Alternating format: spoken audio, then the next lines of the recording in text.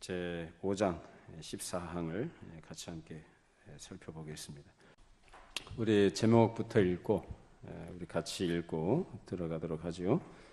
우리 14항 제목부터 같이 읽어봅니다. 견인에 있어 방편의 사용. 하나님께서 복음 설교로 이 은혜의 사역을 우리 안에 시작하시기를 기뻐하셨던 것처럼 하나님께서는 그분의 말씀을 듣고 읽음으로 그것을 묵상함으로 말씀의 권고들과 위협들과 약속들로 그리고 성령의 사용으로 그 은혜의 사역을 유지하시고 이어가시고 완성하시기를 또한 기뻐하셨다. 자, 오늘은 견인에 있어서 하나님께서 우리에게 주신 은혜의 방편이 무엇인지 그리고 그 은혜의 방편을 사용하는 것이 바로 견인이다라는 것을 살펴보도록 하겠습니다.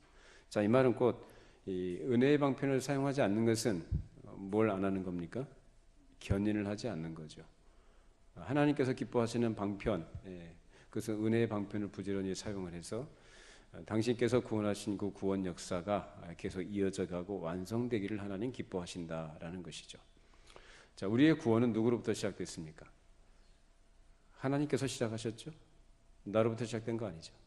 하나님께서 시작을 하셨고 하나님께서 이어가시고 하나님께서 완성하십니다. 그것이 성경이 가르치는 겁니다. 로마서 11장 36절 말씀 잘 아시죠? 이는 만물이 주에게로서 나고 주로 말미암고 주에게로 돌아갑니다. 영광이 세세 그에게 있을지어다. 아멘.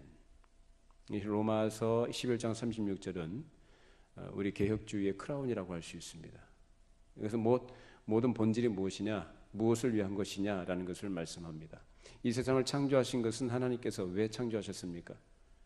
당신의 영광을 위해서 창조하셨습니다. 사람을 왜 창조하셨습니까? 당신의 영광을 위해서 창조하셨습니다. 왜 하나님께서 우리를 구원하십니까? 당신의 영광을 위해서 구원하십니다. 믿으십니까? 네, 당신의 영광이에요. 그래서 우리의 기쁨은 거듭난 신자라고 한다면, 구원받은 성도라고 한다면 무엇이 가장 그 어떤 것을 들을 때, 어떤 것을 생각을 할 때에, 어떤 것에 확신을 가질 때 마음에 큰 기쁨과 만족이 있느냐? 바로 하나님의 영광을 생각할 때입니다. 자연인들은 그렇지 않죠. 자신의 영광을 생각을 하고 자신의 만족을 추구해 나가니까, 그래서 인간에게는, 그래서 모든 자연인에게는 참 만족이 있을 수가 없다, 평강이 없다는 거예요. 그러나 참 평강, 참 만족은 우리를 지으신 하나님의 거룩하신 목적에 따라서 우리가 살아갈 때, 그런 인식과 그런 태도를 가지고 하나님께 살아갈 때 우리는 그것은 만족과 기쁨을 얻고 누립니다. 이것이 성경에 가르치는 것입니다. 그렇기 때문에 구원을 받은 신자라고 한다면, 예수를 믿고 구원 얻은 신자임을 자기가 확신한다면 모든 영광을 누구한테 돌려야 됩니까?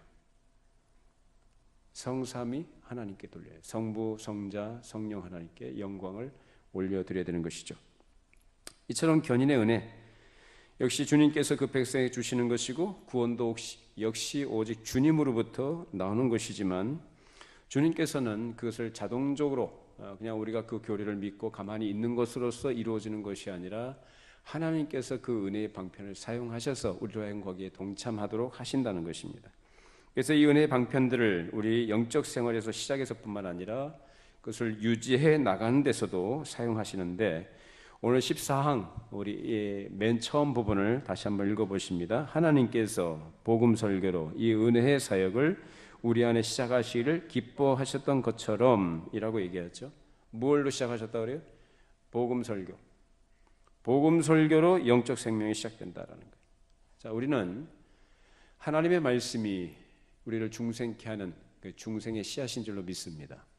하나님께서 성령을 통해서 우리를 거듭나게 하시는데 무엇을 사용하시는가? 말씀을 사용하십니다. 성령께서 사람을 중생케 하실 때 모든 구원의 은혜가 이 복음 설교를 통해서 사람의 마음 안에 역사하시는 것입니다. 이것은 곧 주님께서 일하시는 보통의 방법이요, 설교된 말씀이 곧 중생의 씨라는 것입니다. 이 말씀에 의해서 믿음이 발생하고, 그 믿음은 시작할 뿐만 아니라 구원받은 신자를 유지하는 모든 과정에서도 말씀으로 그 믿음이 지속되게끔 하십니다. 이렇게 복음 설교를 통해 죄인이 구원받고, 자, 신자가 된 이후에도 복음 설교를 통해서 계속해서 양육을 받으며 믿음이 강해지도록 역사하신다는 겁니다. 그래서 처음에 복음을 들을 때 십자가, 예수 그리스도의 십자가의 복음, 그것이 십자가로부터 출발하고 시작하는 것이라고 한다면 계속해서 그 복음 설교 안에서 점점점 하나님의 뜻과 그 은혜의 깊이와 넓이가 어떠한 것인지를 깨달아 가면서 믿음이 어떻게 될까요? 믿음이 자라죠. 그리고 우리를 그렇게 믿음 생활하도록 하나님을 향해서 나아가도록 이 세상에 내버려두지 않죠. 그래서 우리를 우겨싸고 있는 것들, 둘러싸고 있는 것들, 안팎의 여러 원수와 대적들이 우리를 뒤흔들기 때문에, 그래서 우리 영적 싸움을 해 나가는데 또한 필요한 것이 뭔가? 바로 하나님의 말씀입니다. 저 히브리서는 그 말씀이 기록이 되어 있죠. 하나님의 말씀이 살아있고 생명력 있는 말씀이다. 그것이 우리 영혼을 강하게 하며 영적 싸움에서 이길 수 있도록 역사하신다는 것입니다. 이를 위해서 우리 도르트 선조들이 가르친 것은 다른 무엇보다도 우리 신자들이 예배에 신실하게 참석하도록 가르쳤습니다. 왜 그랬을까요? 우리 개혁교회의 예배의 중심은 말씀이죠. 하나님의 말씀을 강단을 통해서 강론, 그래서 풀어서 설명을 하고 설교해서 신자들로 하여금 하나님의 뜻이 어떠한 것인지를 이해하고 깨닫도록 하신다는 겁니다. 그래서 선포된 말씀을 성령님은 사용하시고 각 사람의 마음에 감화하시고 그 말씀을 이해하고 깨닫게 하셔서 그 믿음을 더욱더 강화시켜 주신다는 겁니다. 그래서 모든 공예배에 모든 신자들은 예외 없이 참석하셔야 합니다. 빠지시면 안 됩니다. 빠지는 것은 곧 무엇이냐? 은혜의 방편을 사용하지 않는 것입니다. 그만큼 영적 생활에 자기 영적 상태에 유익이 없습니다. 그래서 그 신자의 그 성도의 믿음의 수준 그리고 영적 상태는 무엇과 비례하는가? 그의 예배 생활과 비례합니다. 이것은 뭐 특별한 얘기가 아니라 일반적인 얘기입니다. 그래서 여러분들이 예배 시간에 교회에서 정해져 있는 공예배에 신실하게 참석하셔서 그 말씀을 통해서 하나님의 뜻이 무엇인지를 잘 이해하고 깨닫고 그 안에서 영적인 꼴을 공급받으셔야 하는 것입니다. 그러할 때에 여러분의 영혼은 건강해집니다. 그리고 말씀을 들으실 때 착하고 순전한 마음으로 마치 신령한 저주를 사모하는 그런 마음을 가지고 말씀을 귀담아 들어야 돼요. 그래서 말씀을 들을 때 그것이 이제 하나님 편에서 우리에게 주시는 말씀으로냐 아니면 내 편에서 원하는 말씀이냐가 차이가 있겠죠. 우리의 영혼을 건강하게 하는 것은 내 편에서 원하는 그런 소위 말하는 사람 편에서 원하는 그런 차원의 말씀이 아니라 하나님께서 우리에게 들려주시기를 원하시는 말씀을 우리가 사모해야 합니다. 그리고 그 말씀이 정당하게 선포되고 가르쳐질 때 성령께서 그 말씀을 사용하심으로 그 영혼에 필요한 꼴을 공급해 주신다는 겁니다. 여러분 예배에 신실하게 잘 참석하시기를 바랍니다. 그래서 여러분이 아무리 바빠도 다른 무엇보다도 여러분 예배 생활, 즉 주일 예배뿐만 아니라 수요일 예배라든지 하여튼 교회에서 모든 공적으로 정해놓은 시간에는 여러분이 빠짐없이 참석하도록 애를 쓰셔야 합니다. 그것이 여러분의 영적 생활과 직결이 되는 것입니다. 자, 고린도전서 1장 21절 한번 찾아보십니다. 고린도전서 1장 21절. 찾으셨으면 읽어보십니다. 하나님의 지혜에 있어서는 이 세상이 자기 지혜로 하나님을 알지 못하므로 하나님께서 전도에 미련한 것으로 믿는 자들을 구원하시기를 기뻐하셨도다. 자, 하나님께서는 복음을 설교하는 곳에서 죄인들에게 믿음과 회개를 주시기를 기뻐하셨습니다. 그리고 믿음과 회개는 처음 시작할 때뿐만 아니라 이제 그 믿음이 지속되는 과정과 그리고 완성되는 그날까지 하나님께서는 이 말씀으로 성도들 안에서 역사하시기를 기뻐하신다는 겁니다. 그래서 우리가 들어야 될 것은 뭐냐? 예수 그리스도의 십자가의 복음인 줄로 믿습니다. 다른 거 아닙니다. 복음은 다른 거 없습니다. 예수 그리스도의 십자가의 죽으심과 관련된 그 하나님의 거룩하신 뜻을 말씀을 통해서 듣는 것입니다. 그것이 세상 사람들에게 미련하다고 그러죠. 유대인들에게 거치는 거예요. 그러나 구원을 얻는 우리에게는 뭡니까? 하나님의 능력이고 하나님의 지혜다. 말씀으로 하나님께서 우리를 구원하시고 말씀으로 우리를 자라게 하시고 말씀으로 우리가 강해지도록 역사하신다는 겁니다. 그래서 이 말씀 위에는 다른 거 없습니다. 그러니까 며칠 전에 그 유튜브를 보면서 이초성 목사라는 분, 그 양반이 뭐 귀신 쫓아내고 뭐 이런 거 뭐 여러 가지 하시는 분인데, 그렇게 하는 것이 과연 성경에서 말하는 우리 기독교 신앙의 중요한 가치냐라는 거예요. 아니죠. 예수님께서 물론 이 땅에 오셨을 때에 공생의 사역 가운데 귀신 쫓아내시고 여러 가지 사역들을 하셨습니다만은 그 자체가 목적이 아니었잖아요. 근데 어떻게 사람들이 그런 것에 열광을 하죠? 뭐 운동장, 실내 운동장이 꽉 찰 정도로, 실내 체육관이 꽉 찰 정도로 그 안에 별 사람들이 다 있겠죠. 뭐 때문에 그렇게 보입니까? 무엇을 위해서? 병 낫기 위해서, 자기가 어떤 유익을 얻기 위해서, 예수님 당시 유대인들처럼. 그거 아닙니다. 복음입니다. 복음.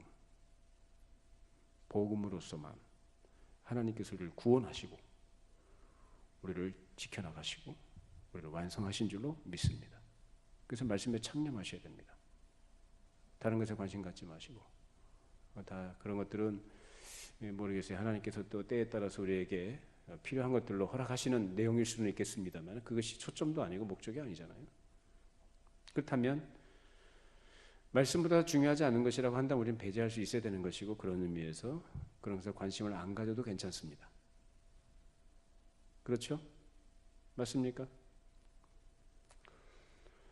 여러분, 10원짜리가 귀해요? 100원짜리 수표가 귀해요? 그렇게 얘기하니까 쉽죠? 100만원짜리 수표가 귀하죠. 10원짜리는, 그것도 돈은 돈이긴 하지만 별 의미가 없죠. 복음은 바로 그와 같습니다. 우리에게 하나님께서는 그거를 기뻐하신다는 거예요. 우리가 교회 와서 예배 참석하고 말씀을 듣고 집에 돌아왔을 때 그것으로 다 끝난 것이 아니고, 교회에서 이제 예배 시간에 말씀을 들었으면 오늘도 마찬가지겠습니다만은 말씀을 듣고 이제 돌아가셔서 그냥 푹 쉬고 끝나는 게 아니라 들었던 말씀을 다시 한번 생각해 보는 거죠. 그 되새김질이다 그렇게 얘기합니다. 다시 생각해 보고 또 하나님 말씀 묵상하고 또 개인적으로 성경 말씀을 날마다 읽어 나가는 거예요. 그렇게 함으로써 믿음이 자라가고요, 건강해집니다. 이것이 바로 은혜의 방편을 사용하는 건데, 그렇게 신자는 견인하는 겁니다. 그런데 이 은혜의 방편을 사용하지 않는다면 그럼 어떤 사람일까? 그 사람은 아직 회심하지 않을 사람일 수 있습니다. 비록 교회에 적을 두고 있고 교회 예배, 공예배에 참석도 하고 말씀도 듣습니다. 그리고 같이 함께 교제도 하고 봉사도 합니다만, 정작 그에게 하나님께서 은혜의 방편을 사용하도록 하셨던 이런 부분들에 대한 관심을 두지 않고 이 은혜의 방편을 사용하지 않는다면 그건 어떤 사람일까?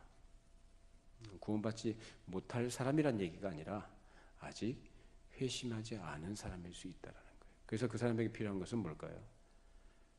회심의 은혜가 필요한 거죠. 뭐 언제 회심하게 할지 모르겠지만 그 회심의 은혜가 있어야 합니다. 그러지 않는 한은 그 상태로서는 참 위험한 거죠. 그리고 또 한편으로는 분명히 중생한 사람임에도 불구하고 그 은혜의 방편을 사용하지 않는다면, 자, 이런 일도 있죠.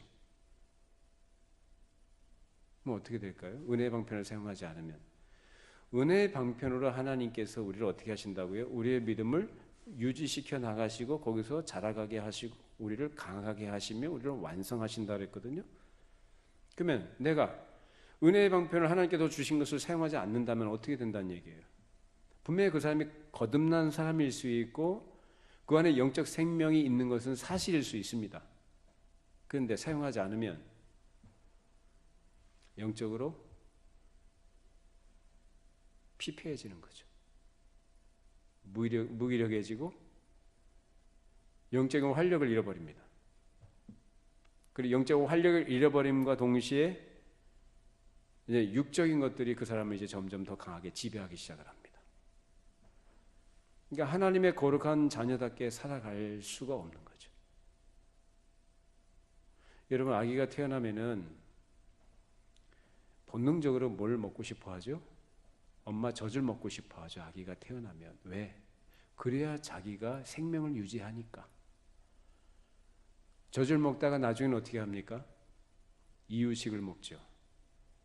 이유식을 먹다가 나중에는 조금 더 거친 음식과 단단한 음식까지 먹게 됩니다. 이제 장성한 성인이 되어서는 이제 거친 것들을 좋아합니다. 쓴 것도 좋아하고, 몸에 좋다고 하면 쓰고 뭐 딱딱하고 그런 거 가리지 않죠. 다 먹죠.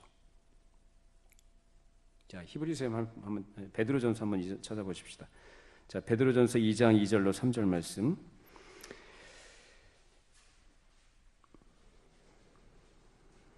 베드로전서 2장 2절로 3절 말씀.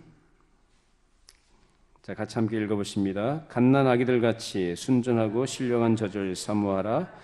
이는 그로 말미암아 너희로 구원에 이르도록 자라게 하려 함이라. 너희가 주의 인자하심을 맛보았으면 그리하라.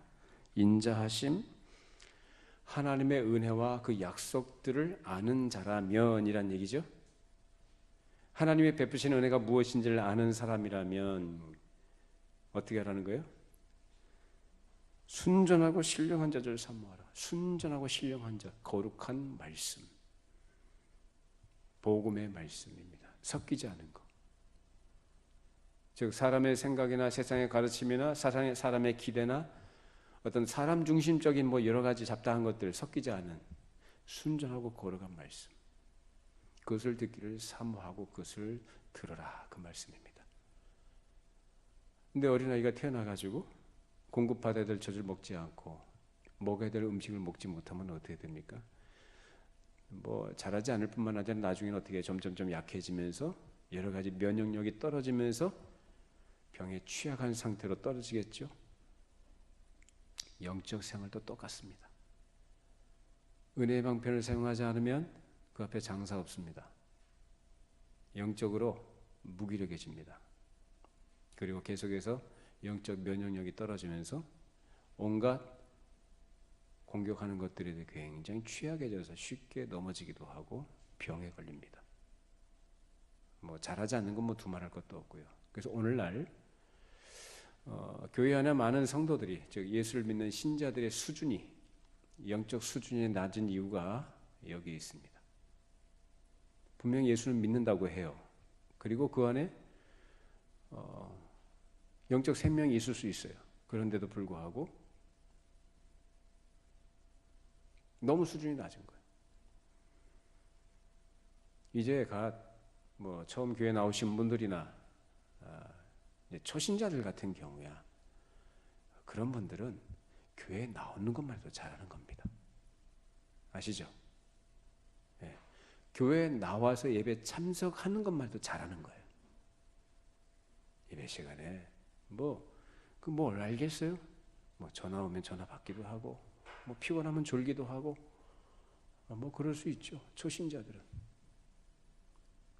우리 아기들이 어렸을 때 밥 안 먹고 떼부릴 때 엄마가 궁둥이 두드리면서 밥 먹어라, 한 숟갈 떠먹여줘. 아이고 잘했는데 새끼. 그렇게 칭찬해 줘야죠. 그러고 잘하는 거죠. 10년이 됐는데 20년이 됐는데도 그런 상태에 있다. 맨날 부드러운 젖이나 먹으려고 하고, 성경이 가르치는 십자가 복음의 핵심과 그 가치를 따라가는 신자다운 삶을 요구하는 것에 대해서는 관심을 두지 않고 여전히 자기중심적이고 자기만 생각하는 그런 차원에 머무는 그런 신자들이 많은 이유가 뭐냐? 이 은혜의 방편을 제대로 사용하지 않아서 그렇습니다.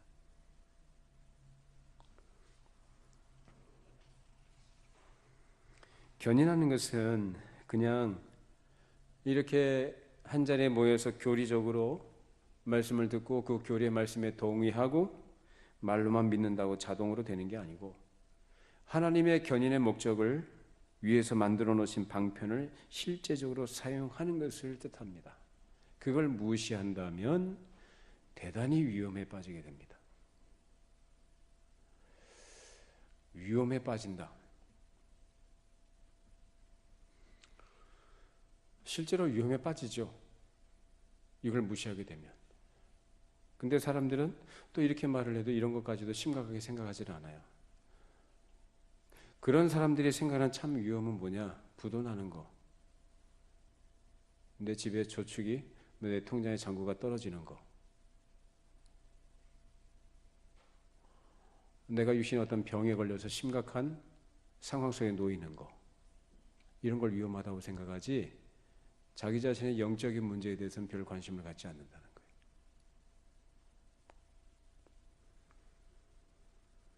이런 은혜의 방편을 무시하지 않는 신자는 강단에서 선포되는 말씀을 하나님의 말씀으로 듣고 집에서 성경을 읽는 것으로 끝나지 않습니다. 하나님의 말씀을 읽고 듣고 묵상할 때 반드시 그 말씀을 이해하고 하나님의 뜻이 무엇인지 깨달을 수 있도록 성령님의 도우심과 은혜를 구합니다. 그리고 신중하게 조심조심 한 걸음 한 걸음 살아갑니다. 아무 생각 없이 그냥 교회선 거룩하게 예배 참석했는데 진지하게 참석한다고 했는데 돌아가서는 전혀 그 말씀에 합당치 않은 그러한 태도를 가지고 살아간다면 그것은 말씀을 묵상하고 살아가는 사람으로서의 삶의 정당한 모습이라고 할 수 없습니다. 우리는 하나님의 말씀에서 우리에게 좋은 말씀들만, 즉 위로나 축복이나 평강 또는 형통에 관한 말씀들만 우리가 선택할 수 없습니다. 분명히 성경에는 그런 내용들의 말씀들이 많이 있습니다. 그러나 그보다도 더 우리가 더 엄중하고 진지하게 생각해야 될 부분들은 뭐냐면 바로 우리의 영적 상태와 우리의 죄된 모습들에 대한 경고의 말씀들입니다. 권고, 위협, 약속들. 여러분 우리 차 타고 가다 보면은 저 시야 방조제 가다 보면은 중간 중간에 이 표지판들이 있습니다. 경고 표지판이 있습니다. 그거 보셨습니까? 어떤 표지판이죠? 자동차가 물에 빠지는 그 같은 그런 그림이 그려져 있는 경고판 보셨습니까? 그 경고판은 왜 세워져 있습니까? 물에 빠지는 것을 위협하기 위해서 그려진 겁니까? 무엇 때문에 그려진 겁니까? 조심하라는 의미죠. 안전하게 운행하라.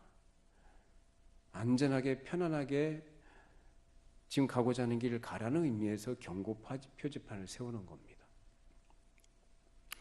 근데 우리는 성경에서 말하는 위협들, 어떤 위험하다, 또 그렇게 하면 안 된다, 또 무섭게 하나님께서 우리에게 어떤 경고하시는 내용들을 많이 보게 됩니다. 그럼 그 경고들을 사람들이 듣기 좋아합니까? 싫어합니까? 듣기 싫어하죠. 그래서 좋은 말씀들만 자기가 원하는 말씀들만 들으려고 합니다. 그래서 이런 말씀들을 좋아하는 사람들은 그에 못지않게 많이 나오는 이런 성경의 경고에는 전혀 상관하지 않습니다. 많은 사람들이 자기가 처해 있는 현실을 좀 도와줄 만한 그런 말씀들, 그리고 자기가 힘을 잃었기 때문에 용기와 위로와 희망을 줄 만한 것들을 찾기 위해서 성경으로 들어갑니다. 물론 성경에는 그런 말씀들이 있습니다만은 그렇게만 하게 되면 그 사람은 분명히 큰 위험에 빠지게 됩니다. 그것은 성경을 잘못 사용하는 것이기 때문입니다. 모세가 이스라엘 백성들과 함께 그리심산과 에발산에서 축복과 저주의 말씀을 할 때에 이스라엘 백성들이 축복의 말씀뿐만 아니라 저주의 말씀에 대해서 동일하게 다 아멘 했습니다. 아멘 하시기 바랍니다. 안 하죠. 사람들은 안 하려고 그러죠. 근데 성경 말씀은 하나님께서 우리에게 주신 거예요. 전부 다 받아야죠. 믿습니까? 다 받아야죠. 어떻게 내가 좋아하는 말씀만, 나에게 위로가 되는 말씀과 나에게 힘이 되고 도움이 될 만한 그런 희망적인 그런 말씀들만 내가 받겠습니까?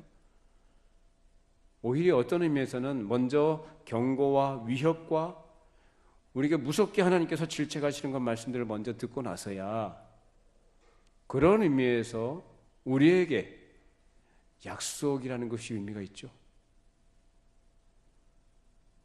자신의 죄된 상태와 비참함에 대한 어떤 질책과 그런 경고의 말씀들에 대해서는 전혀 관심을 두지 않는 사람들은 이런 성경에서 말하고 있는 질책과 경고의 말씀들을 하는 목사의 말씀, 즉 설교를 듣기를 거북해합니다. 그런 상태에 있는 한은 그 사람은 참 위험한 사람입니다. 자기 자신의 상태를 모르기 때문입니다. 우리 모두 하나님의 말씀을 바르게 사용하시고 바르게 믿음으로 생활하시기 바랍니다. 말씀 주신 대로입니다. 성경을 읽을 때도 창세기부터 계시록까지 빠짐없이 읽어나가야 됩니다. 그래서 가장 좋은 것이 맥시는 성경 읽기 표라고 자타가 다 인정하는 것이기 때문에 저희 교회에 그것을 계속 게재합니다. 날마다 빼먹지 말고 성경 말씀 읽으시기 바랍니다. 이런저런 이유로 핑계로 여러분들이 읽지 않는 것만큼은 여러분의 영적으로 대단히 큰 손해고 그 상태가 계속되는 한은 여러분의 영적 성장은 전혀 없을 것이며 그뿐만 아니라 큰 위험에 처하게 될 것입니다.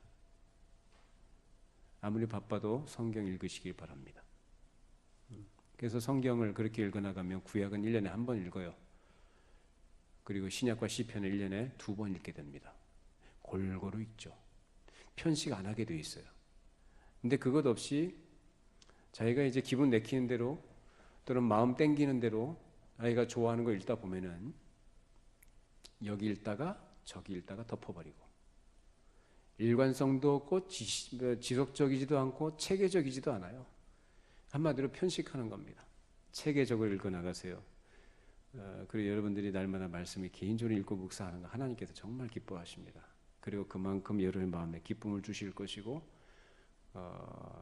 세상에서 여러분이 하는 일을 통해서 얻지 못하는 그런 평안, 기쁨들을 그런 가운데서 얻게 됩니다.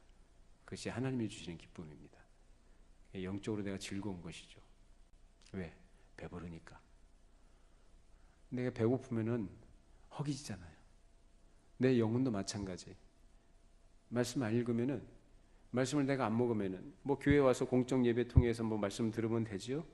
그러니까 초신자는 그래도 된다고요. 초신자는 어린애니까 젖 먹듯이 그렇게 하면 돼요. 그걸로도 충분할 수 있어요. 초신자 때는. 근데 그 상태 계속 있으면 안 자랍니다. 계속 영적으로 자라가고 건강성을 유지하는 비결, 은혜의 방편을 사용하시는 겁니다. 아시겠죠?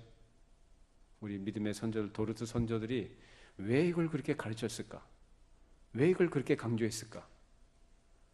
하나님의 뭐 권고, 뭐 또 위협들, 뭐 약속들 이 세 가지가 우리에게 다 필요한 것인데 왜 선조들을 그렇게 강조했느냐면 당시에 알미니안들을 논박하기 위해서입니다.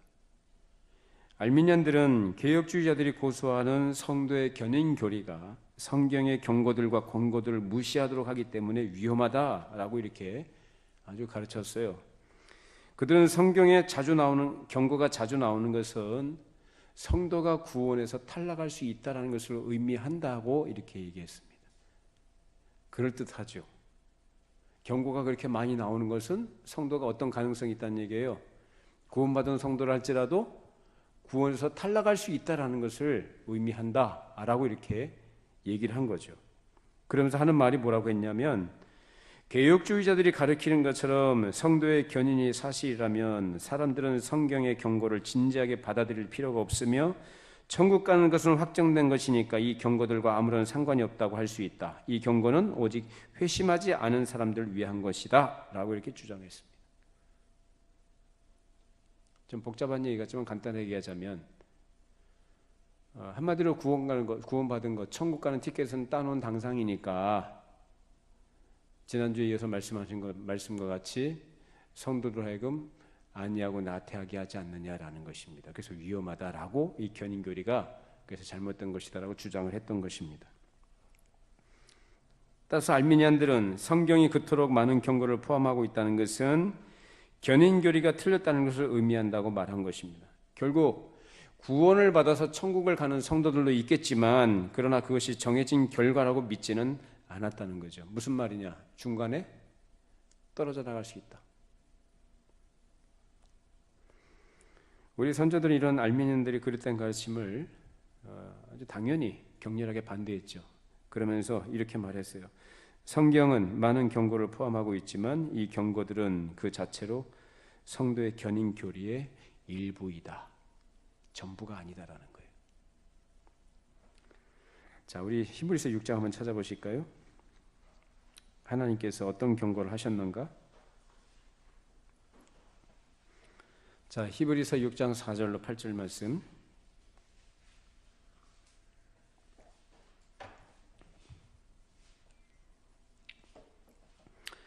자, 함께 읽어보십니다. 4절로 8절. 한번 빛을 받고 하늘의 은사를 맛보고 성령에 참여한 바 되고 하나님의 선한 말씀과 내세의 능력을 맛보고도 타락한 자들은 다시 새롭게 하여 회개하게 할 수 없나니 이는 그들이 하나님의 아들을 다시 십자가에 못 박아 드러내놓고 욕되게 함이라. 땅이 그 위에 자주 내리는 비를 흡수하여 밭가는 자들이 쓰기에 합당한 채소를 내면 하나님께 복을 받고 만일 가시고 엉겅퀴를 내면 버림을 당하고 저주함에 가까워 그 마지막은 불사름이 되리라. 무섭죠? 무서운 경고의 말씀입니다. 잘해야 될까요? 잘못해야 될까요? 잘해야죠. 잘못하면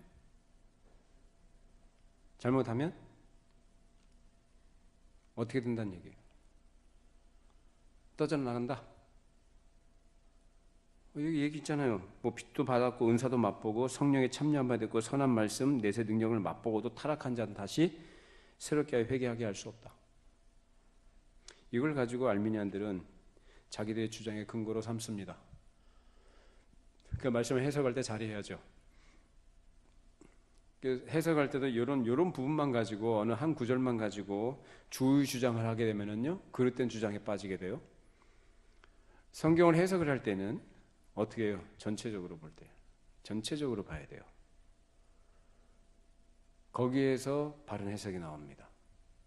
전체적으로 안 보고는 한 부분만 치우쳐가지고 어떤 구절이든지 단어에만 집착을 해가지고 성경 해석하면 이상한 그 주장들을 하게 돼요. 여기서 말하는 것은 이 사람들은 처음부터 어떤 사람이었다는 거예요. 처음부터 구원받은 사람이 아니었다. 무늬만 신자, 명목상의 신자, 그냥 등록 교인, 그냥 교회만 왔다 갔다 하는 사람, 은혜의 방편 전혀 사용하지 않고 관심도 없는 사람. 이 사람들은 여러 종류의 사람들이 있을 수 있습니다. 자, 그런데 이 말씀을 우리는요, 우리 자신에게 하시는 말씀으로 받아야 됩니다. 어떤 의미에서요? 경고로. 경고예요, 경고. 너 이렇게 하면 죽는다예요? 너 그렇게 살면 죽는다예요? 뭘 경고하시는 거죠? 우리로 하여금 분발하도록 하기 위해서요. 우리를 위로하고 우리로 하여금 분발을 촉구하기 위해서 정신 차리도록 하기 위한 말씀으로 우리가 해석하고 받아야 합니다. 그래서 이 말씀을 자기 자신에게 좀 자문자답해 봐야 돼요. 나는 과연 하늘의 은사를 맛본 사람이냐, 성령에 참여한 받은 사람이냐, 이런 거 한번 생각해 보시라는 거예요. 우리 가정에서 자녀들이 부모님들이 잘 생활하기를 바라고 부모가 기대가 있죠. 자녀들에 대해서. 그럼 자녀들이 말을 안 들어요. 말 잘 안 듣고 자기 막 하고 싶은 대로 하지 않습니까? 그렇죠? 자기 하고 싶은 대로 하죠. 그럼 부모가 뭐라 그래요? 너 자신 너 그렇게 하려면 집 나가 그러죠. 그런 소리 안 들어보셨어요? 모범생이시네. 너 자꾸 그러려면 집 나가. 그 부모 마음이 그런 거죠. 그 너 집 나가라는 것은 진짜 집 나가란 얘기예요? 무슨 얘기예요? 무슨 얘기예요? 너 내 자식 아니니까 관계 끊자. 너 집 나가라. 그 얘기예요? 뭐예요? 예, 똑바로 하라는 거죠. 잘해라 더 분발해라. 경고하는 거죠. 정신 차리도록. 철든 자식은 그 말 듣고 아, 부모님이 나를 정말로 사랑하시는구나. 나를 미워해서 하는 게 아니라 내가 잘못하고 있다는 걸 마음 아파하시면서 나에게 잘하라고 하나님 부모님께서 나를 그렇게 애단치시는구나. 그렇게 봤죠. 당장은 기분 나빠도. 근데 철없는 자식은 진짜 나가요? 왜 나가냐 그러면 나가려며요. 근데 이 자식은 뭐 먹고 사는 거예요 그동안? 예? 부모를 뭘로 알고? 지금 성경에 말하는 건 그거 말하는 거 아니잖아요. 우리를 격려하시는 거고 우리를 분발하도록 촉구하시는 말씀이에요. 그렇게 되는 것이 얼마나 안타까운 것이고 얼마나 생각할 수 없는 그런 비참한 것이냐. 내가 너를 어떻게 구원했는데 잘해라. 그 말씀하시는 겁니다.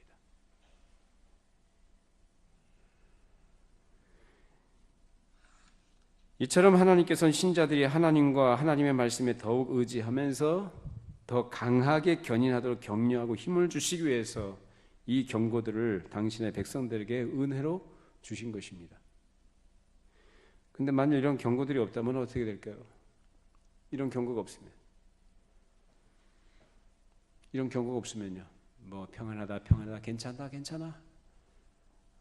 뭐 이해와 배려와 포용이라, 오래 참음이다, 뭐 자비다 이래가지고 전혀 이런 경고들이 없이 그냥 괜찮다 그러면 어떻게 될까요? 그러면 좋겠습니까? 괜찮아요. 제가 여러분들한테, 성도들한테 분명히 성도가 지금 잘못하고 있고 죄 가운데 있고 그래서는 안 되는데 집사님 괜찮아요. 피곤한데 또 주무시고 성경도 피곤하고 바쁜데 뭐 성경 읽어요? 그냥 주일날만 갖고 오시기만 해도 돼요. 그냥 와서 그냥 말씀만 들으시고 피곤하면 그냥 졸아도 괜찮아요. 피곤하시면 오후 예배도 빠지고 그냥 집에 가서 쉬세요. 또 일주일 또 사셔야 되니까 힘을 또 충전하셔야죠. 그러면 좋겠습니까, 여러분들이? 아마 그렇게 하면 여러분 좋아할 거예요. 부모가 자식들한테 그렇게 한다면 그건 부모가 아니죠. 그건 목사가 아니죠. 그건 하나님이 아니죠. 하나님은 그러실 수 없는 분이에요. 왜? 우리를 사랑하시니까.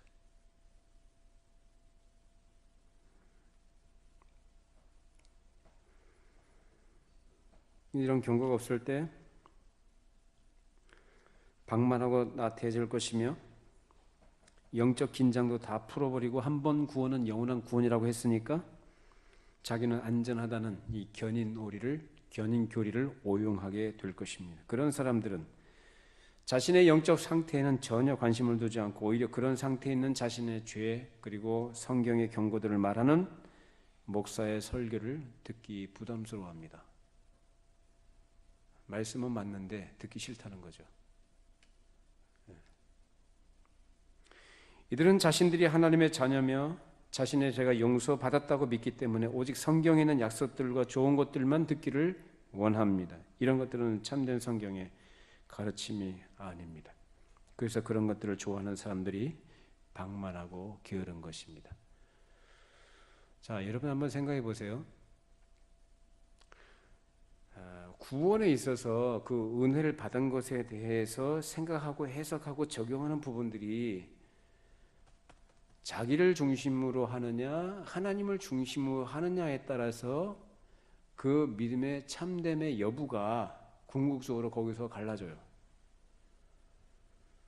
자신의 죄가 용서받았다고 생각하고 정말 하나님의 은혜로 내가 구원받았다고 정말로 참되게 믿고 믿음으로 고백하는 사람은 그렇게 안 살아요. 근데 자기 자신을 초점으로 해서 자기를 중심으로 해서 자기 죄가 용서받았다는 것도 믿는다고 그래요. 그리고 자기가 구원받았다는 것, 예수 그리스도의 공로로 구원받았다는 것을 믿는다고 말해요. 그런데 거기는 확신은 있어요. 근데 감사한다고도 해요.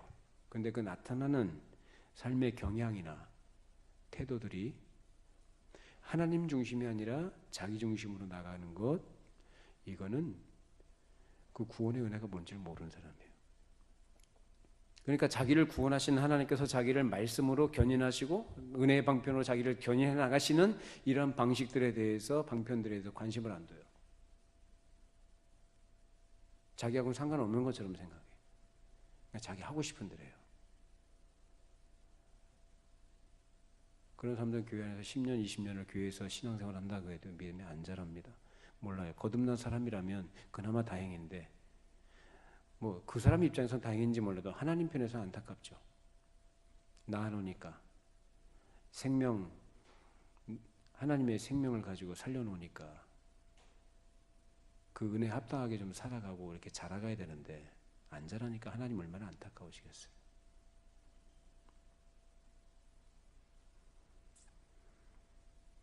우린 이 경고들과 공고들을 읽을 때 우리 자신을 시험하도록 해야 합니다. 그저 그냥 좋은 게 좋은 것이라는 식으로 자신을 속이지 않고 또 속지 않도록 주의해야 됩니다. 우린 자기 자신을 바라볼 때 우리 자신 그대로 남겨지게 되면, 내가 이 상태에 그대로 있게 되면 아까 읽었던 히브리서 말씀과 같이 우리가 탈락하리라는 것을 압니다. 그렇기 때문에 우리는 성경의 경고들과 경고들에 이끌려서 은혜의 보좌 앞에 나아가서 하나님의 자비하심에 호소해야 합니다.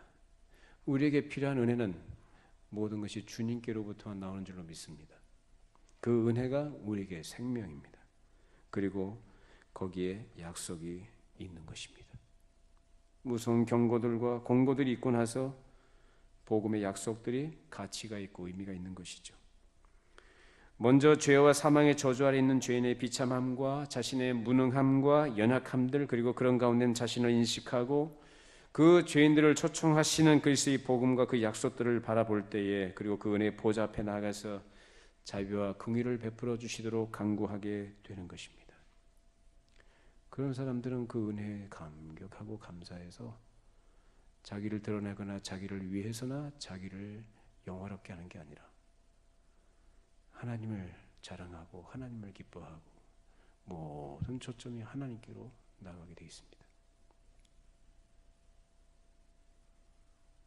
그걸 아직 모르면 하나님께서 알도록 다루십니다. 그리고 모든 신자들은 그렇게 하나님의 긍휼과 자비를 베풀어 주시는, 그런 자비를 베풀어 주시기를 기뻐하시는 좁은 문으로 들어가기 위해 애를 씁니다. 넓은 길은 애를 쓸 필요가 없습니다. 그냥 자동적으로 가게 됩니다. 왜? 그것은 인간의 자연의 본성에 부합하기 때문입니다. 그냥 너무나 자연스럽고 편하고 자동적으로 갑니다. 그래서 지옥은 자동으로 갑니다. 그러나 좁은 길은 찾는 자가 적다고 그랬습니다. 자연인의 본성에는 전혀 부합하지 않는 것입니다. 누구만이 좁은 길을 찾습니까?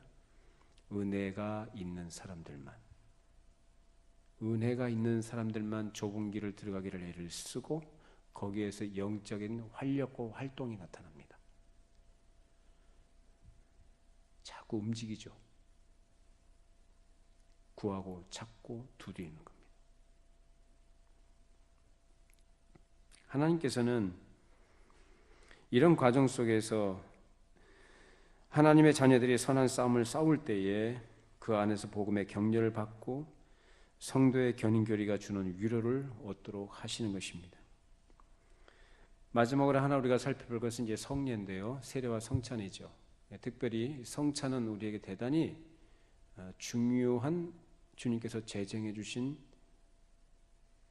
예식이죠. 성례.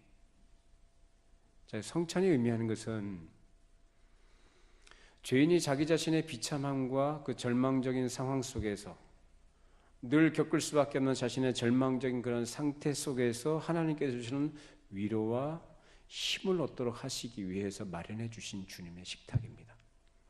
그래서 성도들은 이 은혜의 방편을 사용을 해야 합니다.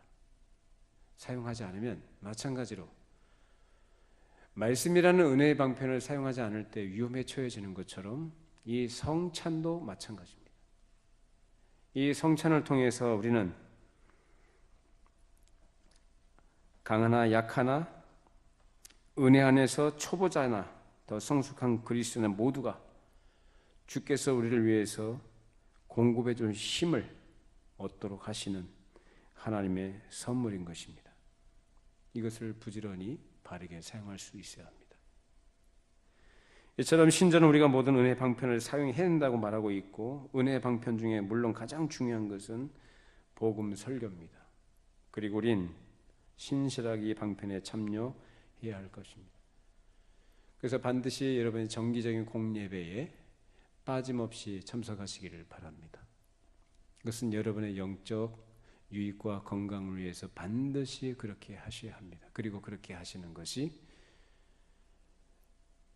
우리를 견인하는 은혜의 방편을 사용하는 것입니다.